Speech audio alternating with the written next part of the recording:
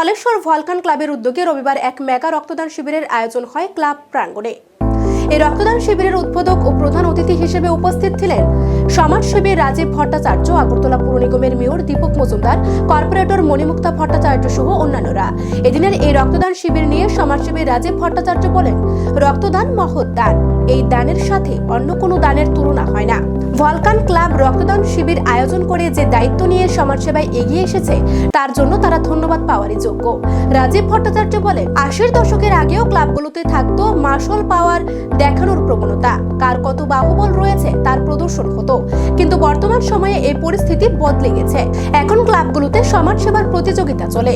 আগরতলা শহরে প্রতিটি ক্লাব বিভিন্ন ধরনের সমাজসেবায় প্রতিনিয়ত এগিয়ে আসছে, এটা খুব ভালো লক্ষণ। করোনা কালেও ক্লাবগুলো সমাজসেবায় অগ্রণী ভূমিকা গ্রহণ করেছিল, পিছিয়ে ছিল না ভলকান ক্লাব। বিপন্ন মানুষের স্বার্থে তারা ঝাঁপিয়ে পড়েছিল কাজে।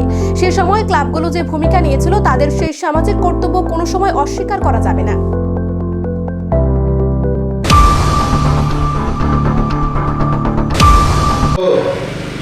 এবং উৎফুল্ল এই কারণে, কারণ এই ক্লাবের উদ্যোগে একটা শুভ কাজের সূচনা হয়েছে।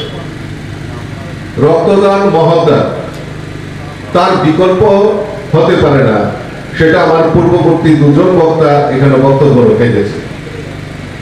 এই যে রক্তদানের মাধ্যমে সামাজিক কর্মসূচিতে এগিয়ে আসা, এটা একটা যেন ত্রিপুরা রাজ্যে এটা নূতন আঙ্গিনায় তা শুরু হয়েছে।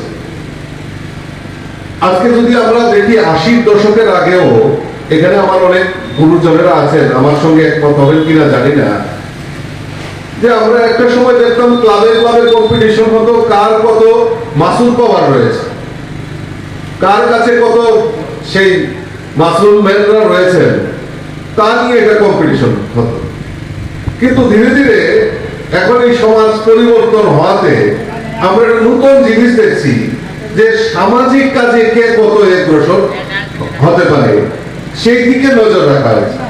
আজকে বিভিন্ন ক্লাবগুলিতে রক্তদান থেকে শুরু করে বস্ত্রদান এবং এলাকার দুস্থ মানুষদেরকে সহযোগিতা করা, তার জন্য একটা কম্পিটিশন শুরু হয়েছে।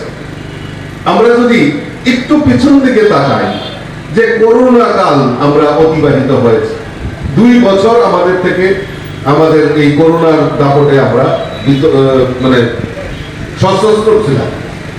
আজকে এই করোনা কালের অবস্থা যদি একবার আপনারা চোখ বন্ধ করে চিন্তা করেন, যে একটা মিরাকেলের মতো অবস্থা এই ত্রিপুরা রাজ্যে, যে সমস্ত ক্লাব, এনজিও, বিভিন্ন সামাজিক সংগঠন তারা এগিয়ে এসে, যারা ওই লকডাউন যখন চলছিল তখন দুস্থ পরিবারগুলির পাশে দাঁড়িয়ে তাদেরকে সহযোগিতা করা, তাদেরকে রক্ষা করা যে প্রয়াস এই বিভিন্ন ক্লাব নিয়েছে, আর সেটা একটা মানে এই ত্রিপুরা রাজ্যে একটা বিশাল পরিবর্তনের, যে সমাজ পরিবর্তনের যে আওয়াজ, তা আমরা পরিলক্ষিত করেছি।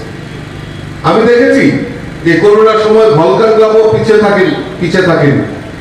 ভলকান ক্লাবের যারা কর্মকর্তা তারাও এই করোনাকালীন যুদ্ধ পরিস্থিতিতে তারাও এগিয়ে এসে এই সমাজকে রক্ষা করা, দুস্থ মানুষের পাশে দাঁড়িয়ে তাদেরকে রক্ষা করা যে দায়িত্ব নিয়েছে, আমি আবারও এই ক্লাবের সমস্ত কার্যকর্তাদেরকে আমি নতমস্তকে প্রণাম জানাই, অভিনন্দন জানাই, শুভেচ্ছা জানাই, যে আপনারা প্রতি বছর কোনো না কোনো কাজে, সামাজিক কাজে আপনারা এগিয়ে আসবেন।